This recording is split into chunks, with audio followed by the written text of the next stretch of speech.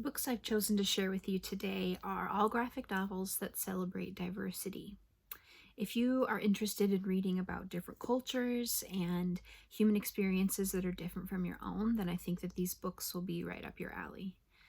Graphic novels can be a great alternative for reluctant readers because it offers a more visual and engaging experience.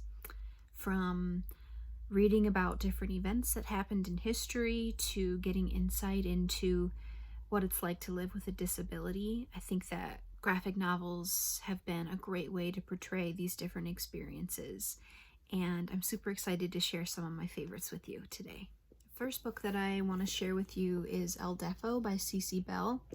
And it's actually a memoir of C.C. Bell's experience growing up deaf. And the story follows a girl named Cece who just entered a new school where she is the only student who is deaf. And she has to learn how to adapt and communicate with these students who are giving her a hard time about her disability. And she has to work through the insecurities and the embarrassment that she has about being deaf, and realizes that it's really a superpower.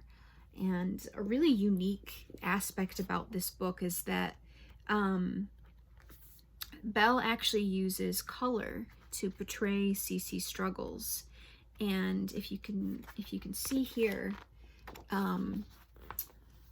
the surrounding pictures are all in color, but these ones that are in black and white are actually portraying Cece having a hard time hearing what's going on. She's watching TV, and I think that this is a really strategic choice on Belle's part, because the black and white really captures, I think, that the frustration that Cece must feel not being able to hear what's going on.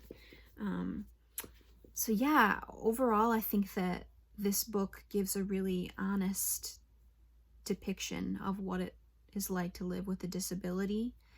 And I think that it gives readers who are deaf a chance to read about an experience that's similar to their own. The second book that I want to talk about is an adaptation of Octavia Butler's Kindred. It was written by Damien Duff and illustrated by John Jennings. The story follows a woman named Dana who's transported back in time to the days of slavery.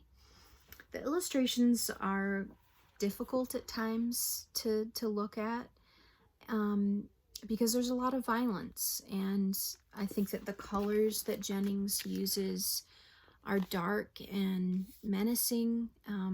You can see that there's a lot of shadows, and this close-up here of this woman's face kind of creates a sense of anxiety and fear. But I think that it's important that the illustrator capture that, and I think that it's an element of the story that we were not able to get by just reading the original novel by Octavia Butler.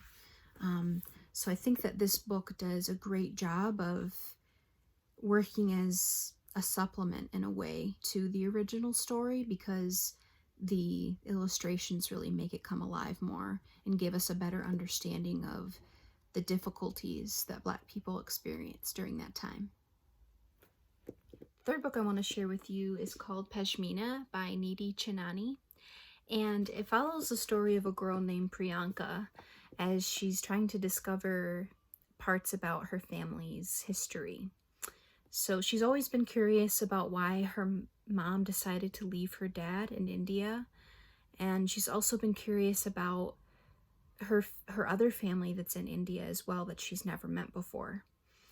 A really interesting aspect about this book is that most of it is in black and white until the author decides to incorporate color once she finds the Pashmina.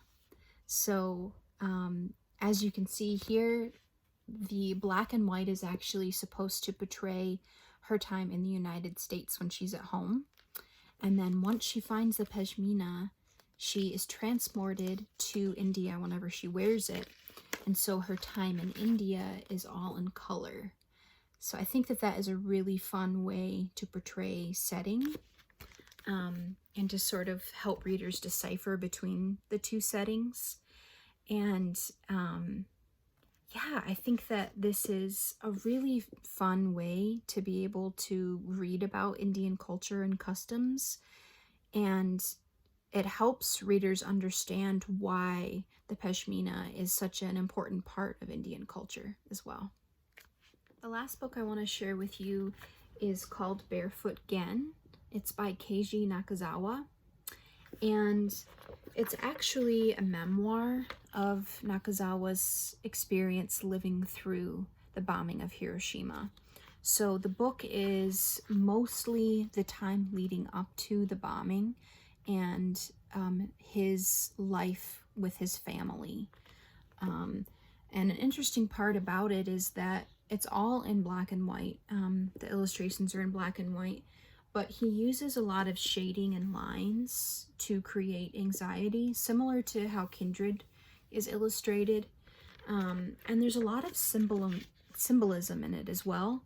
So there's symbolism in, there's a lot of images of clocks. See, it says here, tick-tock, tick-tock. And I think that this really captures, or it's supposed to create a sense of anxiety, almost like it's a countdown to the bombing. So that works really well. And then also there's a depiction of time by the sunsets and sunrises in the book as well. So the numbers, the chapters aren't numbered, but instead each chapter ends with a sunset and starts with a sunrise. So that's how we know the ending of a chapter and start of a new day and new experiences in the new day. So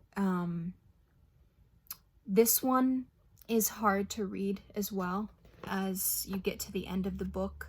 A lot of the illustrations are pretty dark and violent and gruesome at points. But once again, I think that it's really important for that to be betrayed so that readers get a better understanding of the horrors of that day, of the bombing.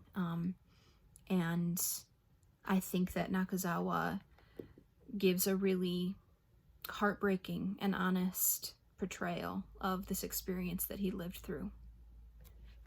Well, there you have it.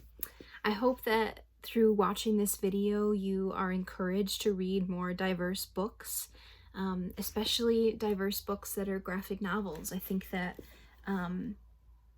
if there are cultures or lifestyles that you don't fully understand, I encourage you to seek out information about them, seek out stories with people who are different from you, so that this information can seem less intimidating to you and can open up new connections to people around the world. Happy reading.